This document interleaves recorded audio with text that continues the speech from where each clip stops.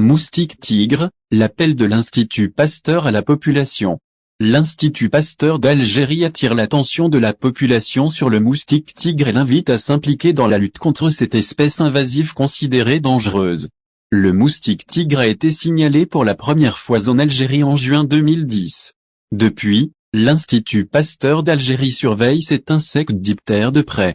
Dans le contexte actuel caractérisé par une canicule extrême, l'Institut invite les citoyens à signaler la présence de ce moustique dans leurs quartiers en fournissant des informations d'ordre personnel et général. Nous invitons les citoyens à signaler la présence du moustique tigre et de nous fournir leur nom et prénom et aussi leur adresse commune sur notre messagerie Facebook et sur Instagram, lit-on dans un communiqué rendu public, hier, par cet établissement. Ce dernier demande également aux citoyens de joindre une photo du moustique capturé pour confirmation de son identification par les experts entomologistes de l'Institut Pasteur et également une photo des lésions des piqûres si elles existent. L'Institut se chargera alors de signaler la présence du moustique auprès des autorités et organismes responsables de la lutte, et ce pour une prise en charge de ce problème. Le moustique tigre prolifère en zone urbaine et s'adapte facilement aux différents biotopes et ses œufs résistent longtemps à la dessiccation, c'est-à-dire l'action de dessécher le milieu dans lequel il se trouve. De plus, cette espèce qui se nourrit de l'être humain est réceptive au virus du chikungunya, de la dengue et du Zika. Si en temps normal le moustique tigre vit dans les forêts tropicales d'Asie du Sud-Est, il a su trouver un environnement sain pour lui en milieu urbain où de nombreux récipients sont présents, tels que les pots, les vases, les bidons, les gouttières. Selon les experts, il arrive à pondre ses œufs dans une très faible quantité d'eau. En cas de piqûre de moustique tigre, la victime peut présenter des brûlures et des cloques. En cas d'infection, les personnes souffrent de paralysie des membres inférieurs et supérieurs. En Algérie, la présence du moustique tigre a été signalée pour la première fois en 2010 à l'Arba Naïtiraten dans la wilaya de Tizi Ouzou. Un seul spécimen avait été capturé. Depuis, aucune activité de ce moustique n'a été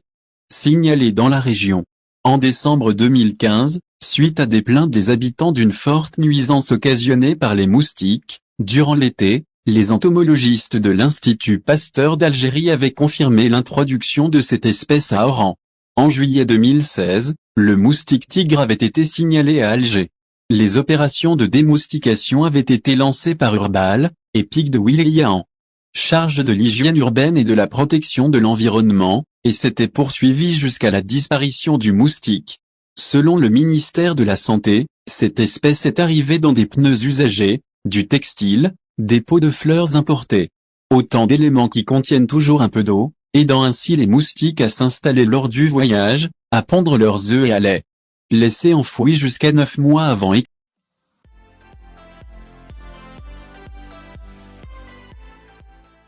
Navires espagnols et maltais et opérations transfrontalières tentant d'inonder l'Algérie de cocaïne. De récentes opérations de sécurité en Algérie ont révélé la saisie de quantités importantes de cocaïne à bord de navires en provenance de pays européens, au moment où les autorités algériennes mènent une guerre contre les trafiquants de drogue en tout genre et de pilules hallucinogènes, compte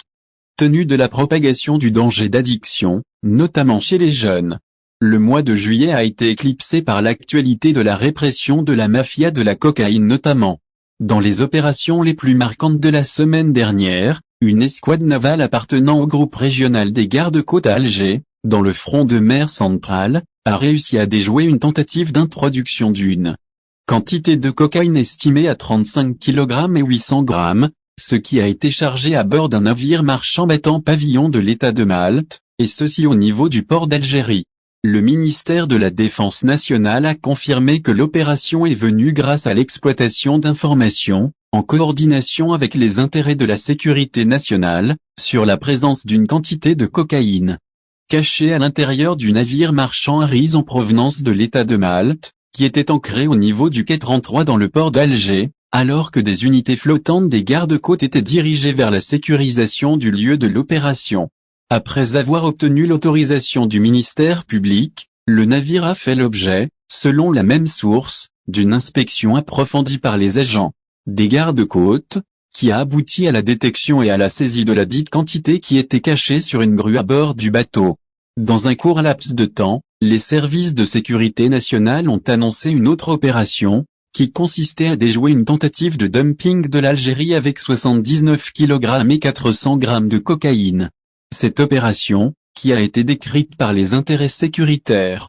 comme l'une des plus importantes de l'histoire de l'Algérie, s'est appuyée sur un travail de renseignement de haut niveau qui a duré plus de 3 mois. Les investigations ont permis d'arrêter 16 personnes originaires des États d'Alger et de Blida, dans le centre-nord du pays, impliquées dans l'opération. À noter que le réseau qui a supervisé l'opération est dirigé par l'un des plus grands barons du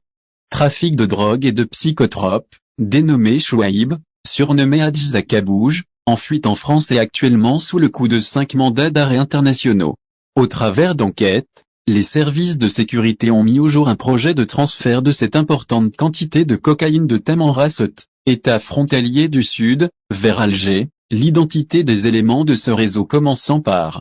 le sexagénaire choisi pour transporter cette cargaison, qui a été arrêté le 23 juillet, à Bériane, Gardéa, à bord d'un véhicule tout-terrain. Cette opération intervient environ 2 semaines après le démantèlement d'un réseau criminel international de trafic de drogue dure, au niveau du port d'Oran, dans l'ouest du pays, avec la saisie de plus de 5 kg de cocaïne, et l'arrestation de 2 suspects, âgés respectivement de 45 et 50 ans. En mai dernier, l'Algérie avait évité une véritable catastrophe, après avoir intercepté un conteneur rempli de plus de 3 quintaux de cocaïne qui se dirigeait vers le port d'Oran dans l'ouest du pays depuis le port d'Algésiras en Espagne, lors d'une rediffusion du 2018 scénario où une cargaison de 7 quintals de cocaïne a été découverte, provoquant à cette époque un tollé majeur, qui a conduit au limogeage de hauts responsables du régime de feu le président Abdelaziz Bouteflika. Devant les dimensions dangereuses que prenait le phénomène de la toxicomanie, les autorités ont intensifié leurs poursuites contre les petits commerçants et les barons, dans une campagne visant à purifier le pays de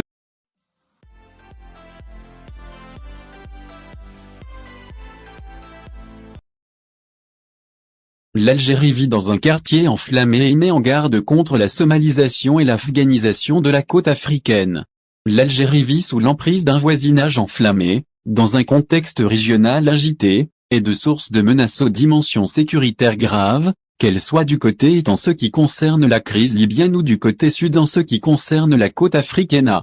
L'analyste politique algérien Jalal Bouati. Il souligne qu'en prévision de risques potentiels pour la sécurité, l'Algérie a mis en garde contre une intervention militaire extérieure au Niger, et contre la Somalie et l'afghanisation de la région de la côte ouest en Afrique, et souligne que l'effondrement du régime au Niger menace d'exacerber l'immigration clandestine. Bouati confirme que l'Algérie insiste pour rejeter, par principe, les options militaires dans le règlement des différends et l'ingérence dans les affaires des États, et préfère parvenir à des solutions pacifiques qui assureraient la sécurité des pays environnants. Cependant, l'ensemble des défis liés à l'instabilité résultant des menaces sécuritaires et militaires, telles que l'immigration clandestine, la propagation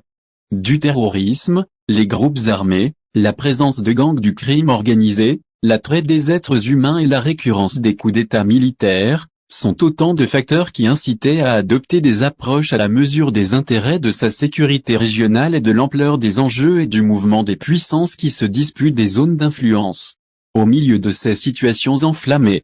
l'Algérie a choisi la voie d'un calme prudent, et la région a connu plusieurs initiatives, dont la dernière en date a été l'allocation d'une enveloppe financière par l'Algérie pour le développement et la coopération avec les voisins du Sahel et les pays subsahariens afin d'agir pour consolider et stabiliser la stabilité au profit de la population et pour éviter que la situation ne se détériore davantage. Bouati s'interroge sur la capacité de l'Algérie à s'adapter et à évoluer dans le cadre du nouveau système sous-régional, qui se caractérise par la désintégration ou l'affaiblissement des pays voisins, comme la Libye et les pays du Sahel, obsédés par le vide sécuritaire résultant de la fragilité du pouvoir central et du système de défense et de sécurité, ainsi que les intrusions étrangères. L'analyste politique algérien fait référence à la nature de la région flamboyante dans le voisinage sud de l'Algérie, qui est la région du Sahel africain, qui attire l'attention internationale avec différentes formes, positions et volontés, car la région est soumise à la polarisation et à l'endiguement, et connaît des tensions sécuritaires et une augmentation des conflits autour des